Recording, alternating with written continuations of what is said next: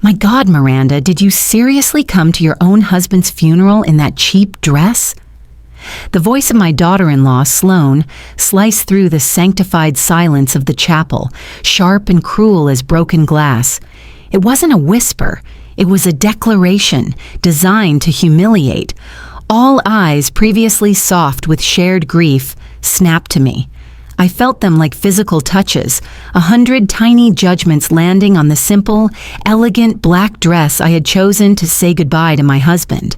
To her, it was a pauper. What she couldn't possibly comprehend was that this cheap garment had cost more than her car.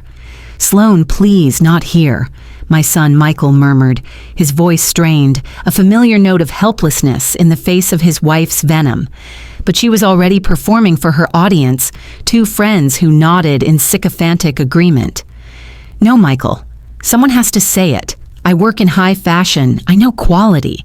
And this," she said, gesturing towards me with unconcealed disdain, "is a clearance rack special. Your mother has zero class."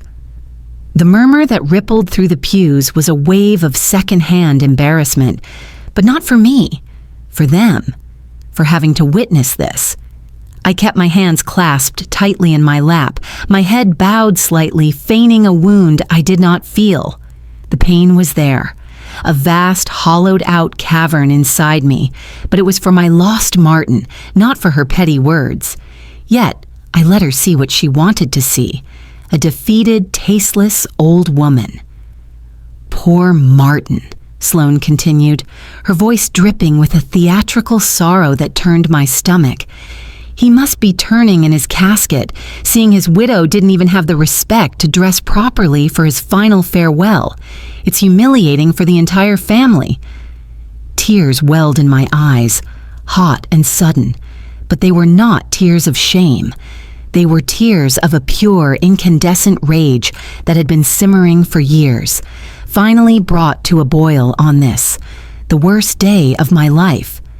This woman, this stranger my son had married, dared to desecrate this moment, to make it about her own shallow sense of superiority.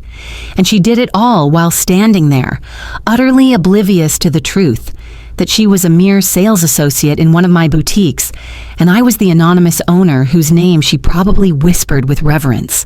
"Just look at her," she pressed on, emboldened by the silence. "She can't even afford decent black. Michael, you really must start giving your mother an allowance, for all our sakes." A bitter smile threatened to break through my carefully constructed mask of vulnerability.